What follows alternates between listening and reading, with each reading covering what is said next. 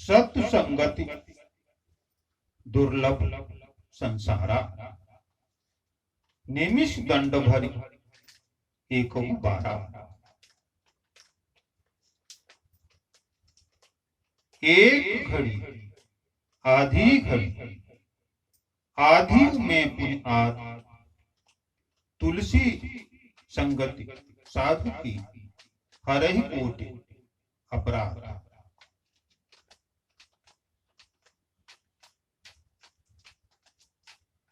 संसार में सत्संग दुर्लभ है।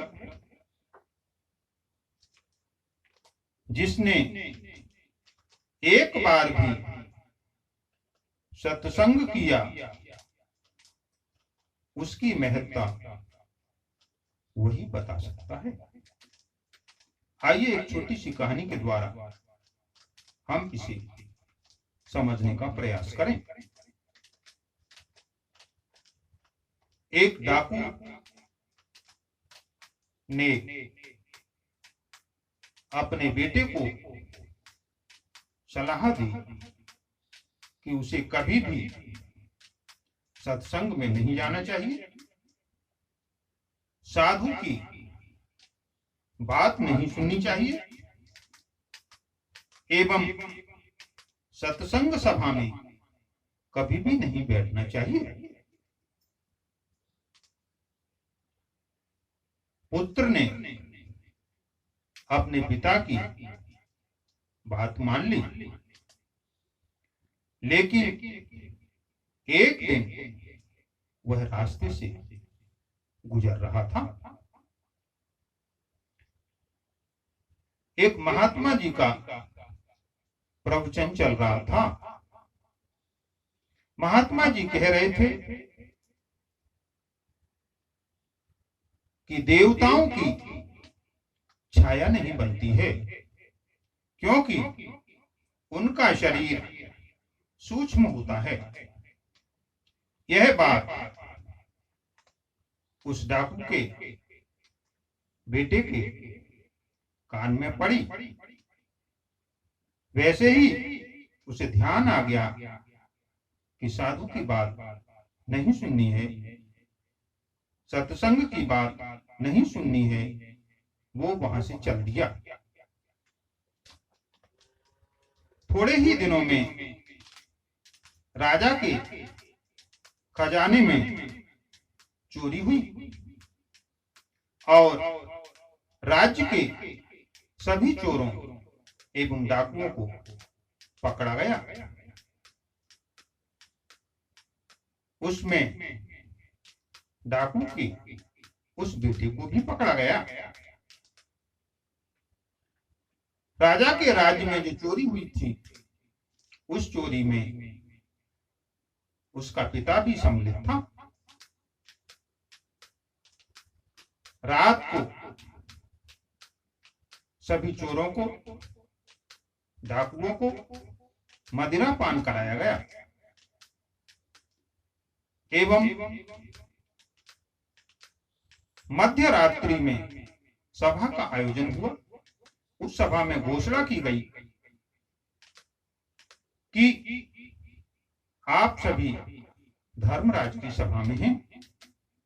यहाँ जो भी सच बोलेगा उसे कोई भी दंड नहीं दिया जाएगा।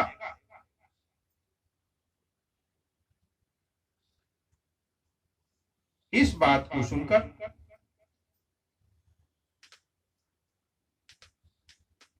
सभी डाकुओं ने सच बोलने का निश्चय किया, लेकिन उस डाकू के बेटे ने अपने पिता के कान में कहा कि यह सभा धर्मराज की सभा नहीं है, क्योंकि